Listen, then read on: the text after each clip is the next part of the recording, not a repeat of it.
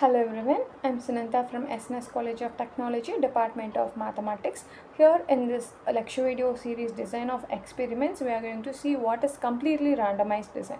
So completely randomized design is otherwise known as CRD. This is also known as one-way method. So let us see what we are going to see in this video. So in this video we are going to deal with what is CRD, how it is used and its assumptions, advantages, limitations, applications and some other few questions or few assessment questions what we are going to see. So in the recall slide we are going to see what are all the basic needs we need to know before proceeding into ANOVA. So here is an empathy part in which let us assume a scenario such that as a farmer want to test 3 fertilizers on a field. So if all proportions of the field have nearly identical soil conditions, then any fertilizer can be assigned randomly to any plot. So the farmer's concern is to test which fertilizer gives best yield and how can bias be avoided. So in this case we can use a method called completely randomized design. So treatments are assigned completely at random. So every experimental unit has a equal of receiving any treatment. This ensures fairness and remove selection bias. So next is a defined part in which the problem statement will be designed. So here is an example with baking powder.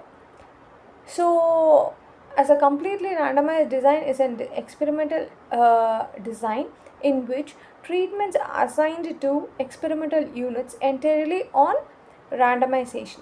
So some key features of this completely randomized design are this is one of the simplest method. Next, it is suitable when units are homogeneous, flexible numbers of treatments and applications. So analysis is performed using ANOVA. Next, let us see what are all the assumptions. So experimental units are homogeneous. So that is first. That means it will be tested only in one based on only one criterion. So the errors will be independent. Errors are normally distributed. Equal variances exist among treatments. So in such a way that this will be modeled. Next comes the ideate part in which here in this slide we are dealing with teaching methodologies. So if we are going to test the teaching methodologies like method A, B, C. Let us consider method A as a traditional method B as some PPT method like PowerPoint presentation or smart classrooms, and method C may be gaming methodology like that. If we fix and we want to find out the outcome of the methodology by assessment and getting the data, when we proceed we could get the result using this ANOVA method. So the procedure what we are going to use will be first will be selecting experimental units. Next to test whether this given sample is homogeneous. Next, what treatment we are going to use. Next, randomly assigns treatment, and to conduct experiment and to finalize the ANOVA. So suppose if we are having 3 fertilizers or 3 teaching methodologies or anything, so there will be some 12 plots for example.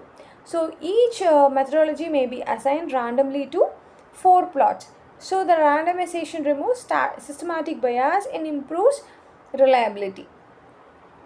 So after that we will fix the H0, nothing but the null hypothesis.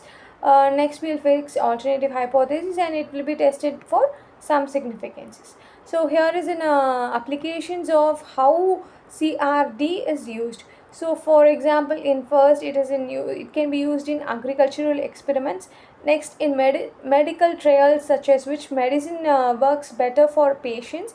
So since all the patients cannot be of same nature, So in this CRD, we'll be taking the same group of people. For example, if 10 people with diabetes, we are testing 3 types of medicine, we can use this method. Next is an industrial quality testing.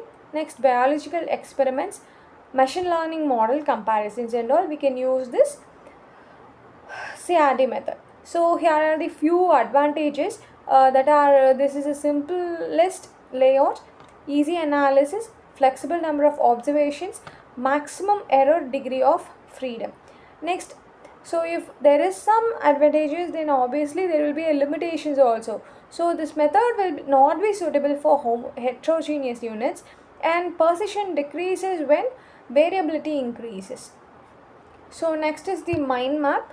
So in which we have seen initially about the basic criterions or basics what we know to proceed with this CRB method. Then we have seen why we can use this CRB. Next, what is CRB? Next, how to frame the CRB. Then the solution prob. So here is the assessment questions in which the null hypothesis in CRB states that treatments means equal. Next, the errors of degrees of freedom will be n minus 1, t minus 1. Next is a major advantage is that this is a simplest layout analysis method. So here are the reference links, and thank you.